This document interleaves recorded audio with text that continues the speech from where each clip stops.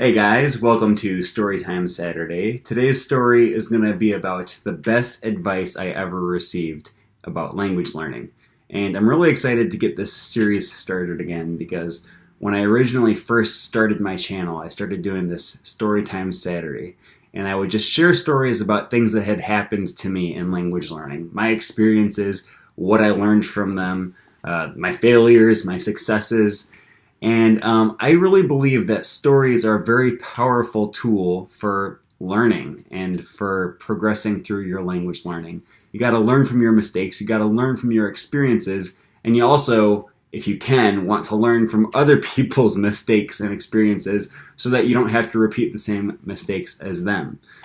So I'm really excited to get this started. It'll probably be a new story every Saturday or every other Saturday, and from a variety of different language learners here on YouTube. So anyways, with no further ado, today's story is about the best advice I ever received in language learning. And this story takes place in December of 2014. So I had just gotten out of the military at the time, and I was preparing to move to El Salvador, where I was going to be working at an NGO down there, and there was a secretary or an administrative assistant that worked for this organization, and I had been in contact with her just about all the logistics of moving and what I needed to know, helping me get my all my paperwork sorted and everything, and she was just helping me prepare for the transition because, it's a big transition moving to a foreign country. So, like I said, I'm in this transitionary portion of my life, just getting out of the military, and then I had a small amount of time back home, and then I was going to be leaving it again to go move to Central America. Well, during that period, I decided to go on just a road trip to go visit my sister, who was in school at the university in Minnesota, in Minneapolis. And so I drive up there. I'm hanging out with my sister. We're having a good time. And somehow I found out that this administrative assistant from El Salvador, who was helping me prepare to move there, also happens to be visiting Minneapolis at the same time as me. I probably added her on Facebook or something. I don't really remember the details. Somehow I found out that she was in Minneapolis. So I messaged her really quick and I was like, hey, we should go get coffee. And so we did. My sister and I went to go meet her, and we just talked about just her experiences in El Salvador and what I could expect. And it was really cool because I was a little bit anxious about moving to a foreign country. It was really the first time I had ever gone to move to a foreign country by myself outside of the military. So I was really glad to get to just sit and talk to her about what the country was like. And I was planning on living down there for around a year. And one of the things I asked Katie was her name. I don't know if I mentioned that or not. I asked her, if I live in El Salvador for a year, will I become fluent in Spanish?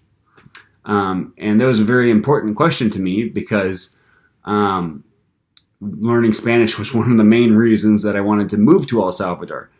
At that point in my life, I had not become a fanatic for languages like I am now. I wasn't a linguistics major. I had just taken a few Spanish classes in high school, and so I could say a few things, and I found it very interesting. I liked Spanish. I liked language learning, but I just didn't know very much about it. Okay, I didn't know anything about what it means to be a B1 or a C2. I didn't know the best practices for learning languages or how to learn more efficiently.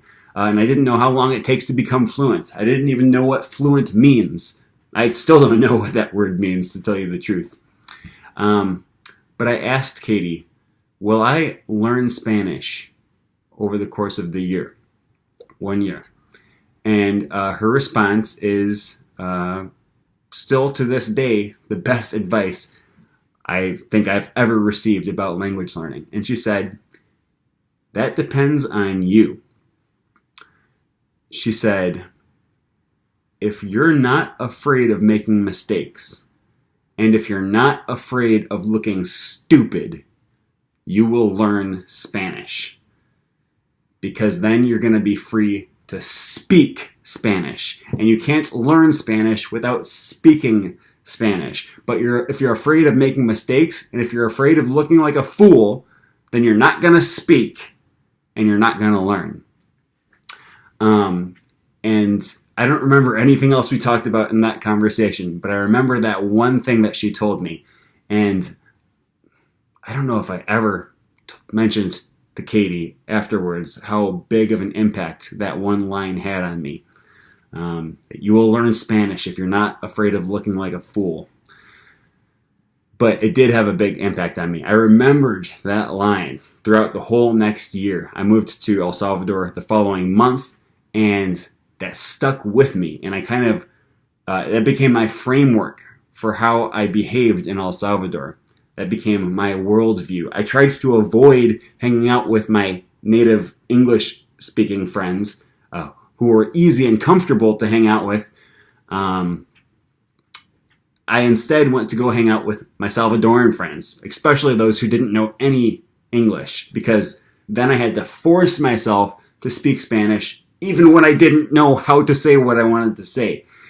And it forced me to use Spanish. I used very bad Spanish. My Spanish was not good when I first moved to El Salvador. But I pushed through it, and I made lots of mistakes, lots and lots of mistakes, and people laughed at me. They laughed at my accent. They laughed at the things that I said. But they also saw that I was very passionate about learning, and that I was not afraid of making a fool of myself. And they bent over backwards trying to help me learn Spanish. And a lot of them didn't know English, so they weren't able to explain concepts to me in English. But they would act things out. They would try to find other ways of explaining things more simply in Spanish. And it was a great experience. And I did learn Spanish. I had two friends who moved down with me at about the same time.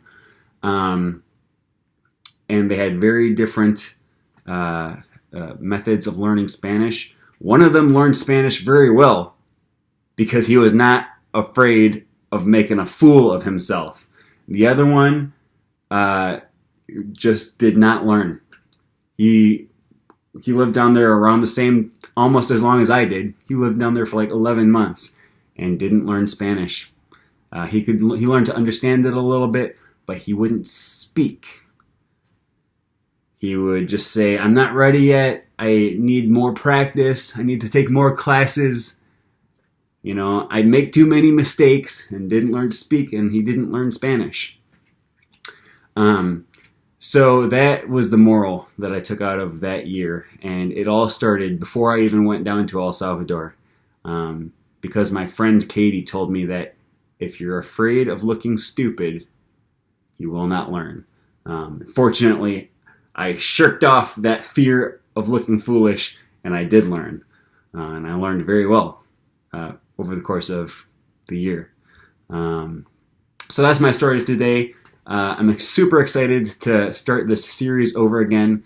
So be expecting more stories on Saturdays. Not just stories from me, but stories from all other language learners from all different levels, from very advanced language learners to people who are still just getting their feet wet. And those will be coming either on a weekly, maybe bi-weekly basis on Saturdays. So we'll be able to learn from each other, learn from each other's mistakes, learn from each other's experiences, and encourage each other onward in our language learning. Thanks for watching, and we'll see you guys later.